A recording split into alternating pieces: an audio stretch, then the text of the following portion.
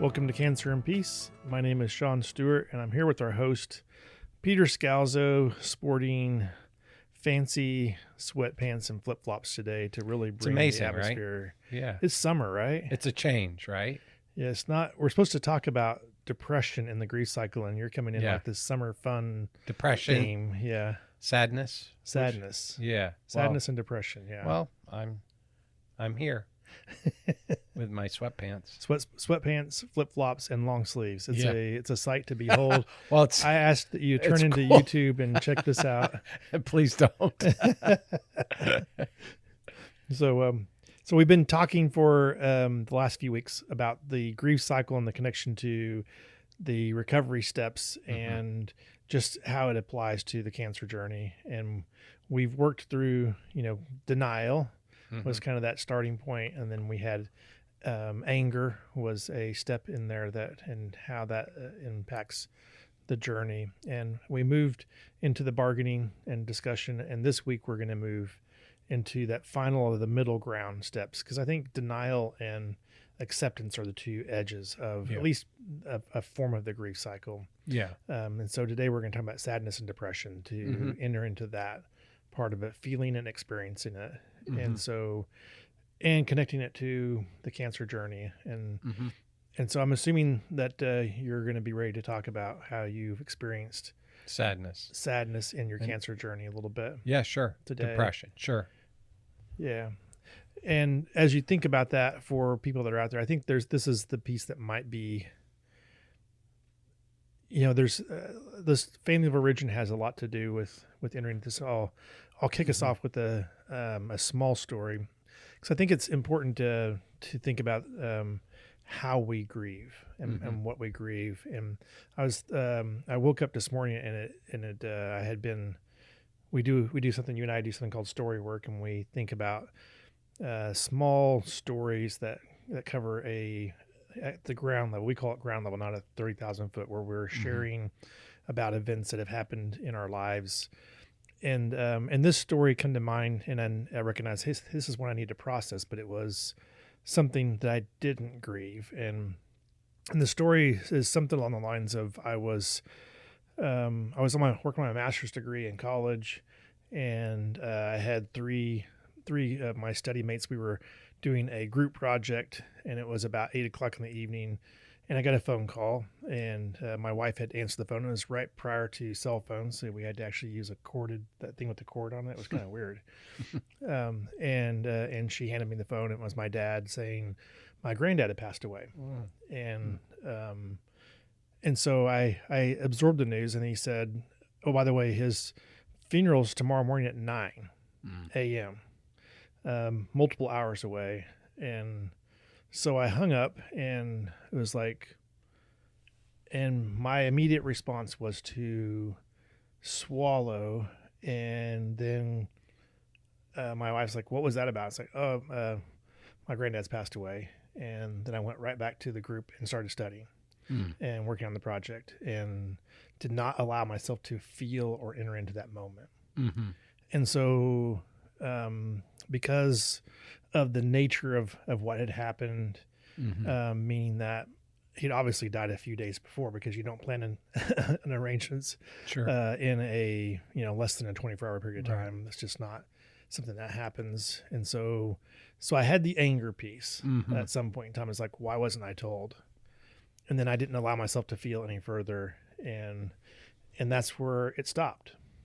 And I talk about this because I think there's something really important here that's been left unprocessed, because this person represented Superman to me, like the person in my life that I think would be, most people have somebody they looked up to. This is the person I looked up to a bunch, and I couldn't allow myself to feel that Superman had died. And so I never did this step.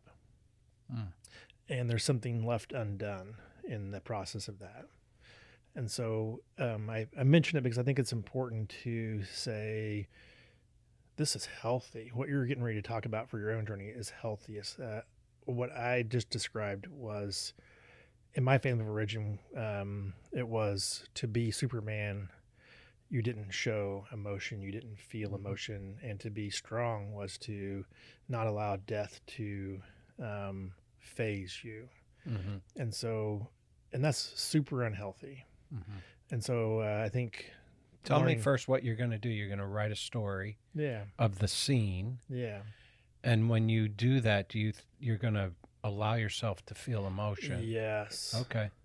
Yes. And then you're going to do it in our group. Anger. And sadness. Yeah. Because it's there. And it's there for a lot of reasons. Because there's meaning behind this person's life, in my life, and to shut off emotions, I actually had to shut off the meaning of feeling the meaning, the depth of who he was for me. It's such a poignant story because I think so many times, at least in my life, I went right back to busyness without spending that space, without giving space to grieve. I always did that. And maybe part of it wasn't, I mean, yes, I did have demands, but the other part of it was that I didn't want to feel those tough emotions. So it's like, nah, you know what? I'm not going to feel that right now. So I get back to what I was doing. In your case, you got back to studying. It's like, no, I'm not going to feel this right now. Yeah, certainly I wasn't going to allow myself to be seen in front of 3 people, classmates, with loss. Yep. Yeah. That was weakness that I wasn't willing to show. Yeah. In my own, that was my belief about it. And, and I think I will title this story "When Superman Dies." Yeah. Good. Well, that'll be good. I'm looking forward to it. So it's here. Yeah. It hasn't been let out. Yeah. Yeah. So, and I know you've processed a lot of grief in your cancer journey. So I think now. Yeah. But recently I wrote a story again about my toughest surgery, waking up to it. Yeah. So I could process that again. There's something about the 30,000 feet level is kind of safe for not having to process as much. The scene, when we go down to the scene and we talk about the details, who was there, who wasn't, what was I feeling, what was going on. Every time I do that, I cry with every story, whether it's a story of blessing or a story of harm. When I'm doing it, that's when the tears come. So there's something to it about going back to the scene and reliving that. And I know that there's a huge debate about, the past is the past. You don't want to go back. And yet that's unfinished business. That needs to be finished. I mean, let me describe something you're saying too, just because, because I don't want to cut you off, but this, no, you've talked about 30,000 foot. So 30,000 foot would be, hey, my granddad who had great meaning in my life passed and I got a phone call too late about it, that the service is going to be the next day, and it hurt that I wasn't told. That's the 30,000 foot.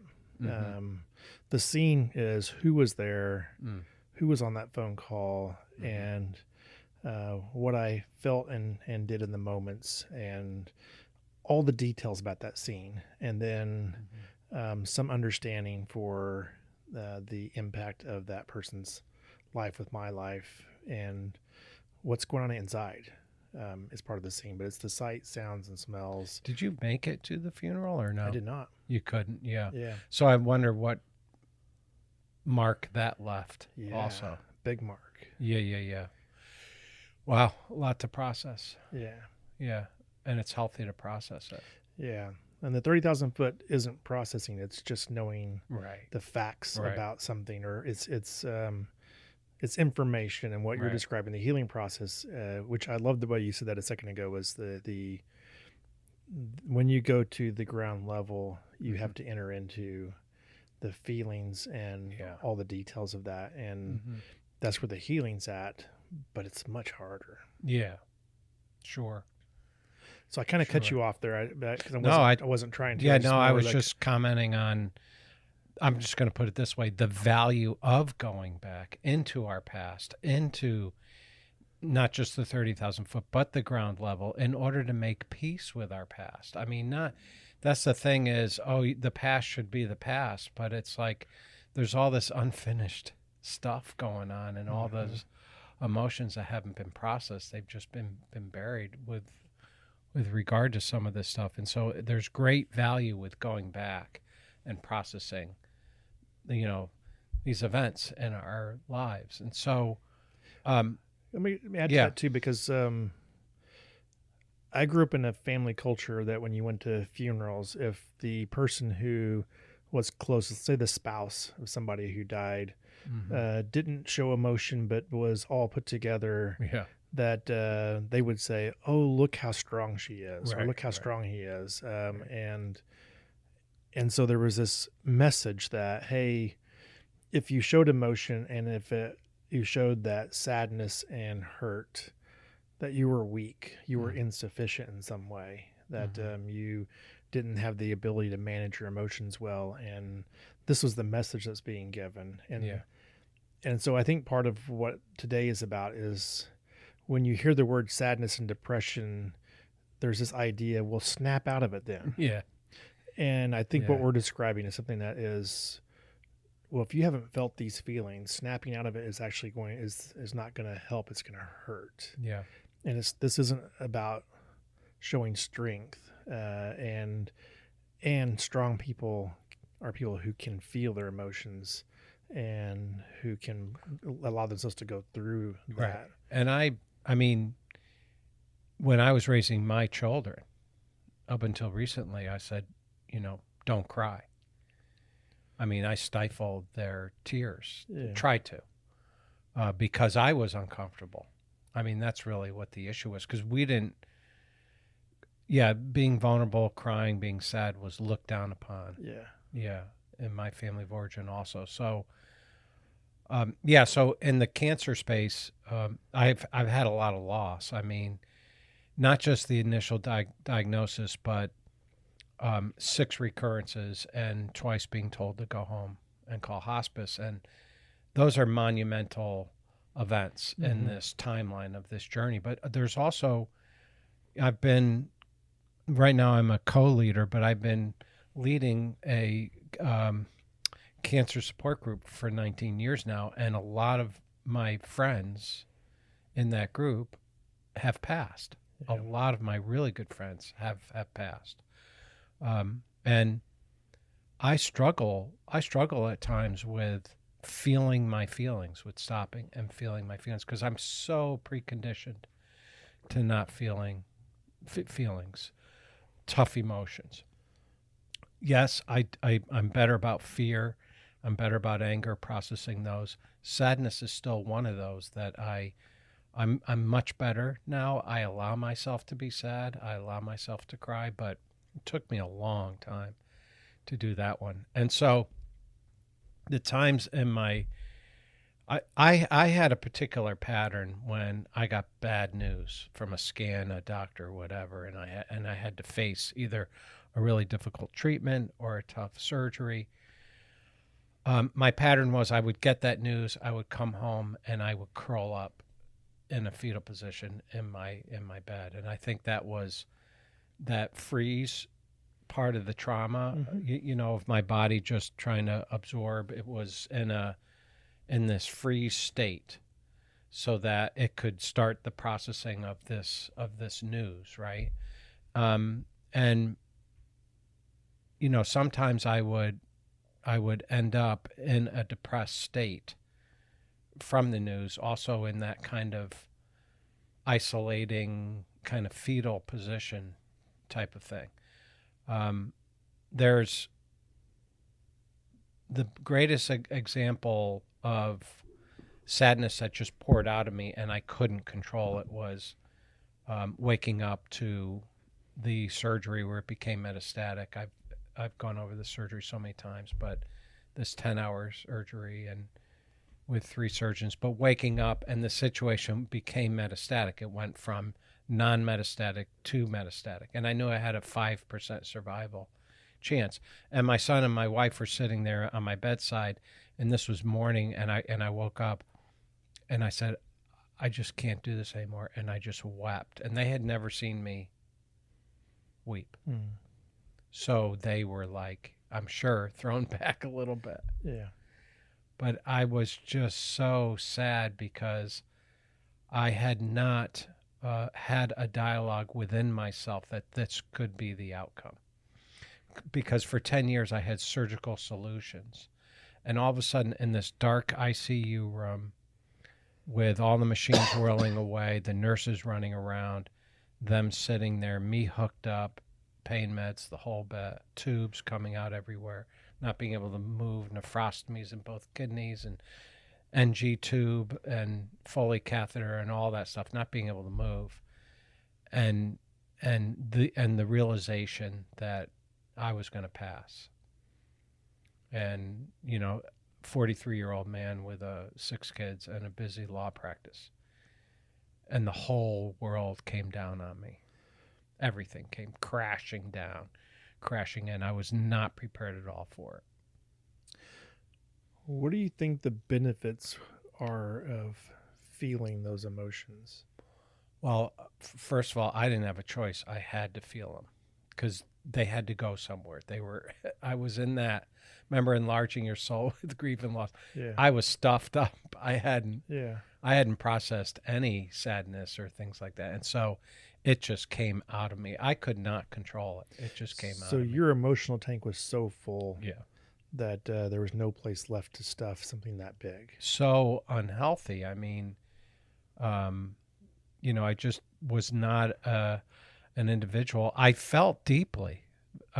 A very sensitive guy, felt deeply, but I would not allow those deep feelings to surface, because to me, vulnerability equaled weakness. Right. And I was the stoic, leader of my family guy, and so I couldn't show emotion like that. Vulnerability, the whole house would crumble.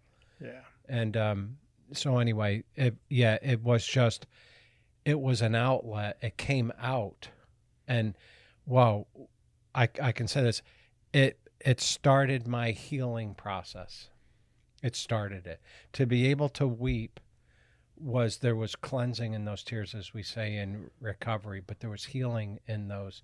Like those tears, that sadness had to be released, had to come out. This was the enlarging the soul process that was taking place. Yep. Let me just put a thought out there that I think is a picture of how this works in a sense, but I think depression can be something that can be managed at times, but that management can be unhealthy management. So let's say that when you start to feel depressed, rather than to understand those feelings and to process and to grieve, to allow sadness and those emotions to flow and to try to understand where they're from, there's a different cycle. I would call it a depression cycle that you can go to, and that is how most addiction starts, is that using an addictive behavior. Right. This is how it connects a bit to recovery in a sense, is that recovery is a lot about understanding what's driving what's really going on inside of you. And most of us addicts that are addicted to something, and it can even be performance. Mm-hmm. We would both term ourselves as performance addicts, that we would use busyness to cover up our feelings, and the feeling of accomplishing something, of doing something of meaning, as a way to cover up our feelings. But an alcoholic may use alcohol so that they don't have to feel. They'll use the drug itself to cover up the pain, as would a lot of drug addicts or a sex addict or you name it.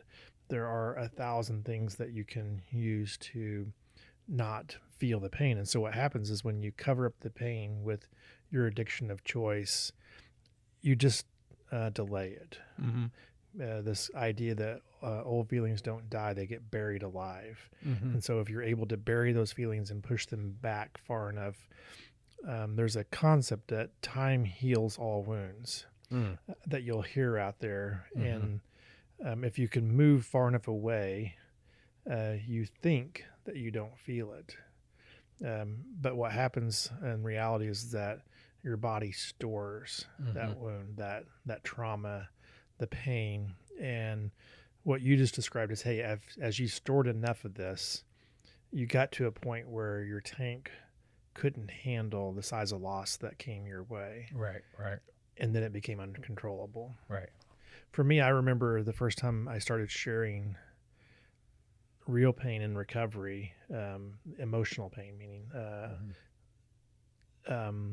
once I cracked the dam, so to speak, it was as if the pressure of those stuffed and stored emotions were leaking, and it was as if there was a dam with just water shooting at high pressure in these cracks of this dam. And I would start talking about something, and emotion would come out of, and I couldn't tell you what it was about. Yeah. But it would come out of nowhere. Be like, okay, I'm sharing something in front of that wasn't that emotional, but it'd be like, and it's there. And it's like, where did that come from? What is that? What's going on?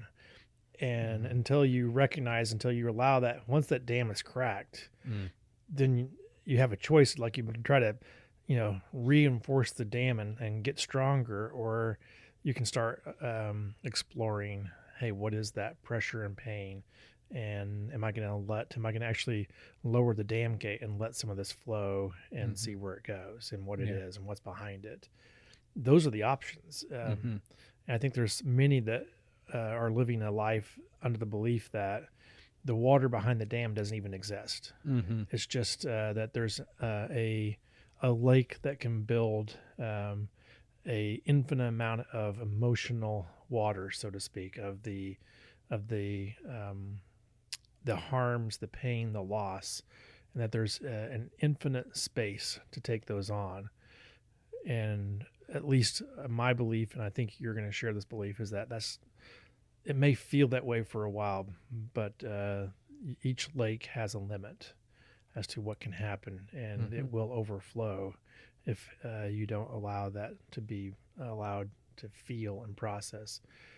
And I actually think that a beautiful part of life is when you actually allow yourself to feel and process, and then to know what's behind all those things that are stored up. And then we get to that concept that you're talking about, is like enlarging your soul through grief and loss. If we think about your soul as being that lake, and as you've emptied some of that down, you have room for other waters to flow in of other parts of life and other people's grief and loss and real relationships. All that fits into it. And so what I hear you talking about with your own journey is the lake was full. And when that really big loss came, that, hey, you have to process an end of life journey. Yeah, that was it. You couldn't control your emotions then. Right. It was overflowing the dam itself, so to speak. Right. And I think it's important, at least in my journey, to talk about for the whole grief cycle, like these points of grieving. I'm just going to call it getting stuck in one particular area. You can end up in a really unhealthy place. And I think, are we talking about sadness and also depression? Yeah. Is that okay? So that's the topic, both of those. Yeah. I certainly have been depressed, not just sad. How would you define depression? Well, I think it's a state that we're in, that there's a clinical type depression that our body moves into a shutdown mode where we operate not at full strength, but our body is basically trying to conserve energy and shut down parts of how we operate because it doesn't see hope. So it's a state of hopelessness that our body is operating under.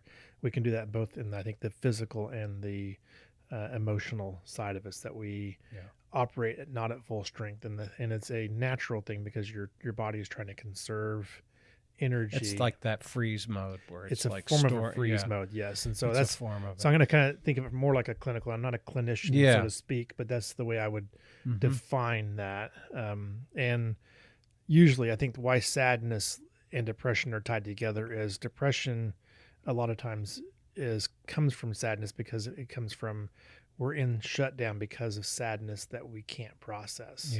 There's the harder emotions that tell us it's hopeless, and so we move into a shutdown mode. And I liked something you said. It's like I've found myself in many times working in a depression cycle.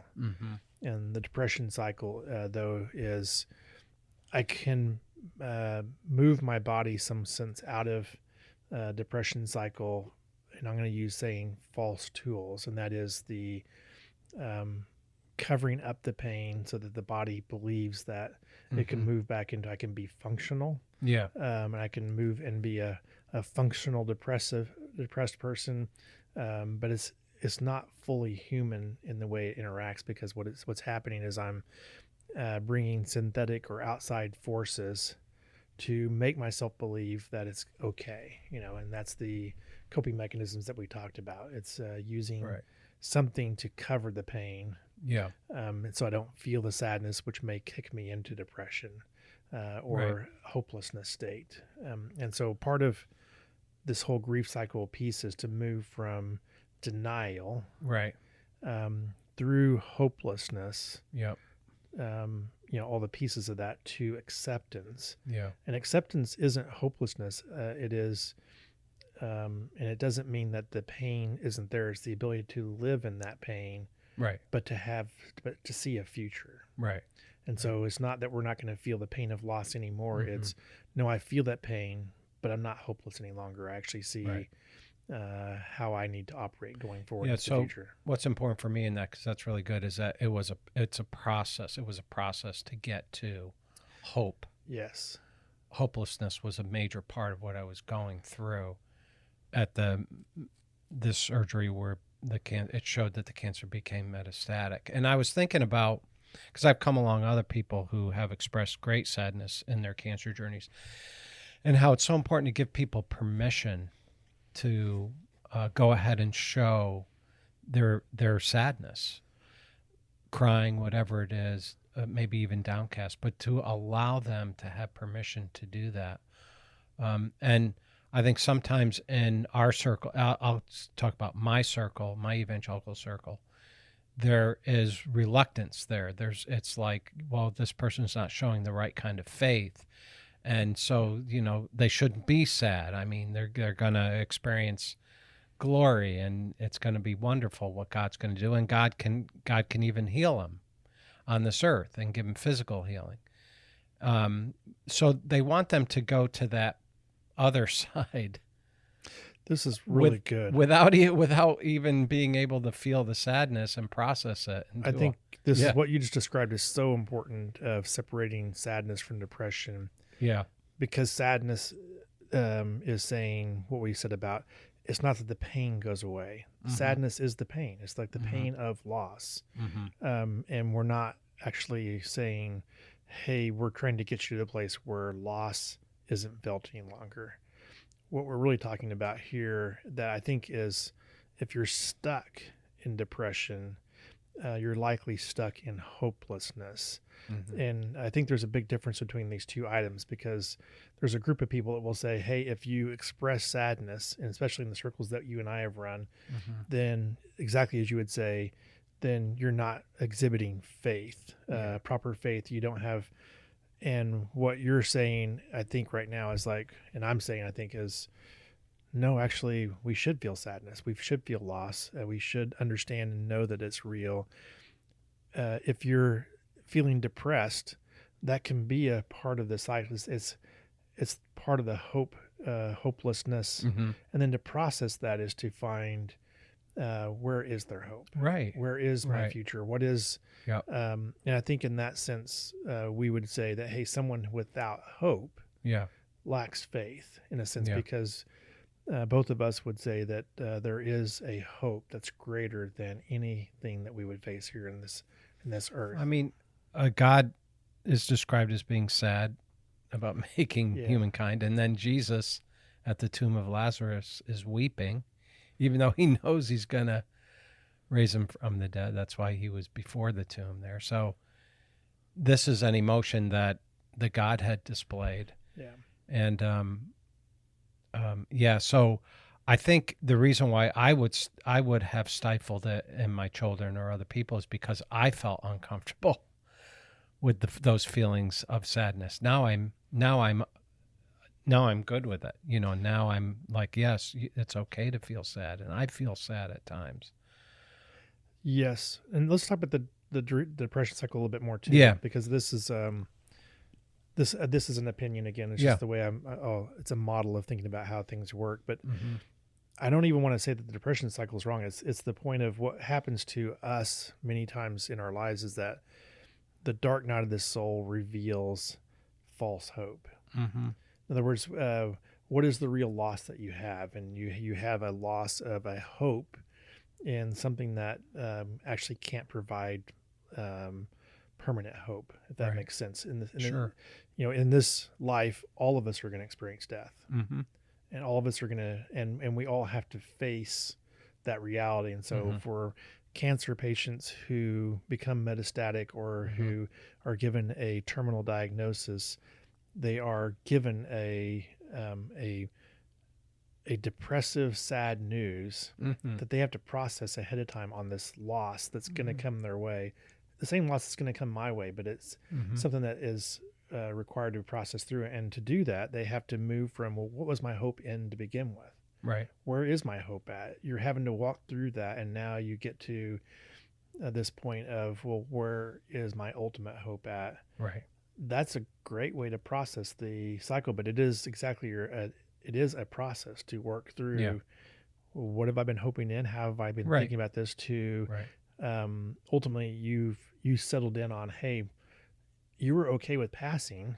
Mm-hmm. Didn't mean you didn't want to live. It didn't mean that, Right. but you were okay with passing because you had Mm-hmm. settled your hope. Right. 1 foot in eternity and 1 on earth. So I had come alongside a husband and a wife, and she had terminal cancer, and I went to visit her in the hospital, and the husband they didn't have children together, very close couple, and they're maybe 50, 60, I forget at the time, and so she was told she had a terminal cancer, and then she was in the hospital, and I was in there in her room when the doctor came in and said, we're going to stop all treatment, which every cancer patient knows what that means. Mm-hmm. I mean, it's a palliative care journey from that point, and she wept, and so I just held her hand and didn't say a word because I didn't feel like I should say a word. Right. I didn't think words would be helpful, so I just Could sat be there. false hope, right? Yeah. So I just sat there, and she I could see this amazing. She was processing and weeping and sadness, and she looked at me and she said, her husband's name. He's coming up here, and he's going to be so upset with this. Would you stay here when I give him the news? And I said, sure.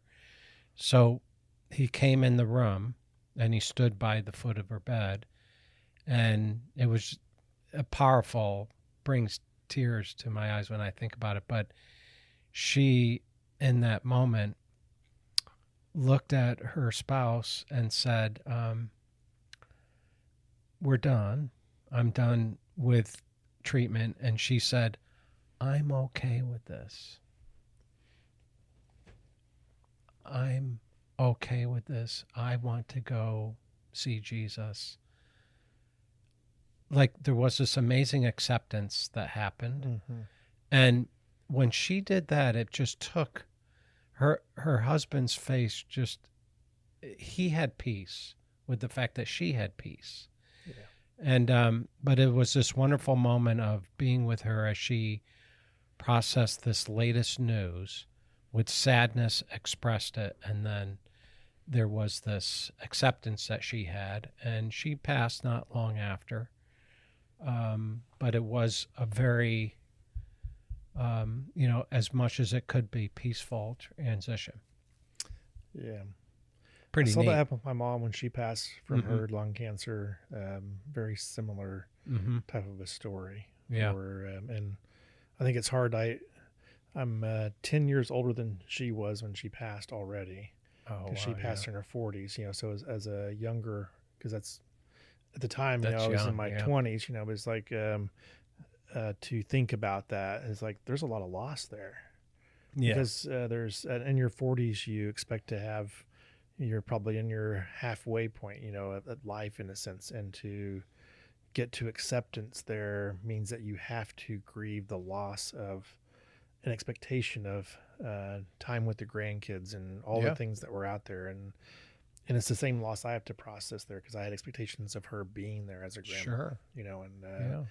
and my my oldest was 2, and then my middle child had just been born within 2 weeks, and so there's loss, and she had loss. So there was sadness. There was things to be sad about, but there's also it wasn't hopeless, Right.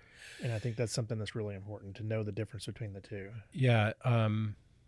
8 years ago, I'm in the hospital. My daughter's with me, and there's tumors all inside my neobladder and all throughout the region. And my doctor and his fellow and my oncologist came in and very tenderly and gently gave me the news that was it. We were done.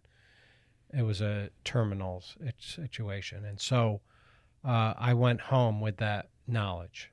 And I remember the feelings that I had because I was not hopeless. I had a couple years really to process that this cancer would most likely come back and it would most likely take my life. It was not, I didn't get the news yet, but this was the actual news. So I was, of course, sad, and I allowed myself to be sad. And I was very somber. I remember feeling very somber, but not feeling hopeless. And as you know, I didn't know what was going to happen. The future was in God's hands, and I was preparing myself for hospice. And then all of a sudden, as you know the story, a not even FDA-approved treatment was given to me, my only option, because my kidneys were devastated, and it worked. Who would have ever thought? Yeah. It was a miracle. That's what the doctor said. But it was interesting to go from, in that case, preparing myself for eternity to, what do I do now? I'm going to be here a little while. Yeah. Uh-oh. Did I do anything I shouldn't have? Like buy a fast car or something? But, you run up the credit card bills ahead of time under the expectation that you wouldn't have to pay them? Well, and that's the other gift, if you could call it that comes from an end-of-life diagnosis is perspectives are amazing. Yeah. I mean, for me, I didn't care about anything material. Your hope had been realigned. Where your hope was really at had been realigned. Yep. So good. I think the encouragement that we're sharing from these stories today is to feel.